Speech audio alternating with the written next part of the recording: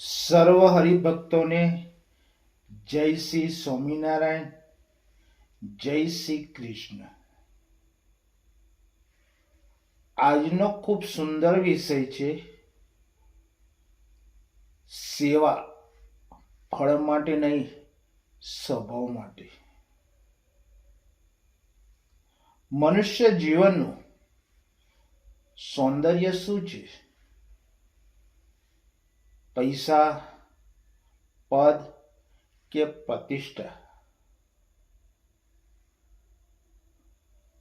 કે પછી કંઈક એવું કે જે બધાથી ઉપર છે? શાસ્ત્રો અને સંતો અને અનુભવીએ એક સ્વરે કહે છે, માનવજીનું સાચું સૌંદર્ય સેવામાં છે। પરંતુ અહીં એક ખૂબ સૂક્ષ્મ મારે તમને વાત કહેવી છે, જે સમજાય નહીં તો સેવા પણ બંધન બની જાય છે, અને સમજાઈ જાય તો સેવા જ મોક્ષનો માર્ગ બની જાય છે। સેવા શું છે? સેવા એટલે માત્ર કોઈ કામ કરી આપવું નહીં। સેવા એટલે કોઈ અપેક્ષા વગર આપવું, કોઈ દાવો કર્યા વગર કરવું, કોઈ માન માગ્યા વગર વળવું। સેવા એ હાથનું કામ નથી, સેવા એ હૃદયની સ્થિતિ છે। જે માણસ સેવા કરે છે પણ મનમાં સતત ગણતરી રાખે છે, મેં શું કર્યું, મને શું મળ્યું, લોકોએ મારી કદર કરી કે નહીં, તો સમજવું જોઈએ કે આ એ સેવા નહીં પણ સોદો છે। સેવા અને અપેક્ષા, જ્યાં અપેક્ષા આવે છે ત્યાં શાંતિ જતી રહે છે। ઘણા લોકો કહે છે, મેં તો બહુ સેવા કરી પણ મને કશું મળ્યું નહીં। આ વાક્ય સાબિત કરે છે કે સેવા અપેક્ષાથી નહીં, સાચી સેવા પછી મળે જ્યારે કોઈ પ્રશ્ન ઊભો થતો નથી। મને શું મળ્યું? કારણ કે સેવા પોતે જ ફળ છે।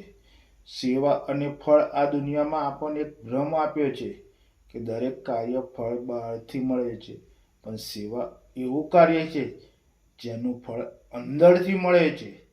સેવા ફળ છે શાંતિ છે, સેવા ફળ છે સ્થિરતા છે, સેવા ફળ છે હળવાશ છે, સેવા ફળ છે ભગવાનની નજીકતા। જે આનંદ હરિના ભક્તોને મળે છે એ આનંદ કોઈ પરિસ્થિતિ પર આધારિત નથી। લોકો વખાણ કરે કે ન કરે, માન આપે કે ન આપે, તેમ છતાં અંદર એક અખંડ આનંદ વહેતો રહે છે। જીવનમાં ઉકળાટ ક્યાંથી આવે છે? ઘણા વખત એવું થાય કે માણસ સેવા કરે છે પણ પછી મનમાં ઉકળાટ થાય છે, મારી કદર નહીં થઈ, મને અવગણ્યો, બીજાએ મને માન મળ્યું નહીં। આ ઉકળાટનું કારણ સેવા નથી, ઉકળાટનું કારણ અહંકાર છે। જ્યારે સેવા દ્વારા અહંકારને પોષવામાં આવે છે ત્યારે સેવા ભાર બની જાય છે। સેવા કે મજૂરી એ ખૂબ ઊંડું સત્ય છે। માન માટે કરી સેવા મજૂરી છે, ભગવાન માટે કરેલી સેવા સાધના છે। મજૂરી હંમેશા ગણતરીમાં થાય છે, મને એટલું મળવું જોઈએ। સેવા સમર્પણ છે, મારું કોઈ નથી। જો સેવા કર્યા પછી માન ન મળે તો દુઃખ થાય, તો સમજવું કે આપણે ભગવાન માટે નહીં, પોતાના અહંકાર માટે સેવા કરી રહ્યા છીએ। સાચી સેવા કોને કહેવાય? શાસ્ત્રો કહે છે, સાચી સેવા તે છે જે માણસ નમ્ર બનાવે। જે સેવા કર્યા પછી માણસ કહે, હું તો માત્ર સાધન છું, કરનાર તો મારો ભગવાન છે। મારામાં દોષ તો હજુ ઘણા છે। જે સેવા કર્યા પછી બીજાની મહિમા સમજાય અને પોતાના દોષ દેખાય, એ જ સાચી સેવા છે। જીવનમાં દાસભાવ કોને કહેવાય? સેવાનું શિખર છે દાસભાવ। દાસ કહે છે, હું નથી, તમે છો। દાસને માનની ભૂખ નથી, દાસને કદરની ચિંતા નથી, દાસ માટે તો સેવા કરવી એ જ સૌભાગ્ય છે. જે પોતાને દાસ માને એ ક્યારેય દુઃખી થતો નથી, કારણ કે દુઃખ અહંકાર થાય છે. દુઃખ અહંકારથી થાય છે, દાસ ભાવથી નહીં. ભગવાનને શું જોઈએ? ભગવાનને તમારા શબ્દો નહીં જોઈએ, તમારી માળા નહીં જોઈએ, તમારા ઉપવાસ નહીં જોઈએ. ભગવાનને જોઈએ છે તમારો ભાવ, તમારી નમ્રતા, તમારું સમર્પણ. જો સેવા દ્વારા હૃદય શુદ્ધ થાય, અહંકાર ઓગળે અને બીજા પ્રત્યે કરુણા વધે, તો એ જ ભગવાન સુધી પહોંચે છે. સેવા અને મનનો વિકાસ. સેવા એ મનની સફાઈ છે.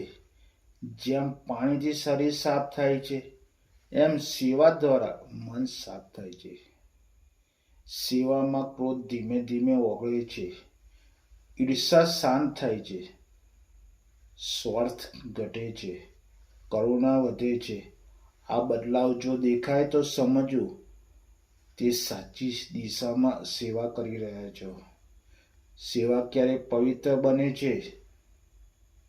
સેવા ત્યારે પવિત્ર બને છે જ્યારે તેમાં 3 વસ્તુઓ ન હોય: અપેક્ષા, અહંકાર અને તુલના. અને 3 વસ્તુઓ હોય: સમર્પણ, સહજતા અને કૃતજ્ઞતા. એ એવી સેવા માણસને હળવી બનાવે છે. અને મારી આ વાત યાદ રાખજો, સેવા કોઈને બતાવવા માટે નથી, સેવા કોઈ પાસે મેળવવા માટે નથી. સેવા એ તો પોતાને ઓગળવાની પ્રક્રિયા છે. જ્યાં હું ઓગળે ત્યાં ભગવાન પ્રગટ થાય છે. જો સેવા કર્યા પછી તમારું હૃદય વધુ નમ્ર બન્યું છે, વધુ શાંત બન્યું છે અને વધુ સહનશીલ બન્યું છે, તો સમજજો તમારી સેવા સફળ છે. કારણ કે સેવા ફળમાં નહીં, સેવા સ્વભાવમાં સફળ થાય છે. જય શ્રી કૃષ્ણ. જય શ્રી સ્વામિનારાયણ.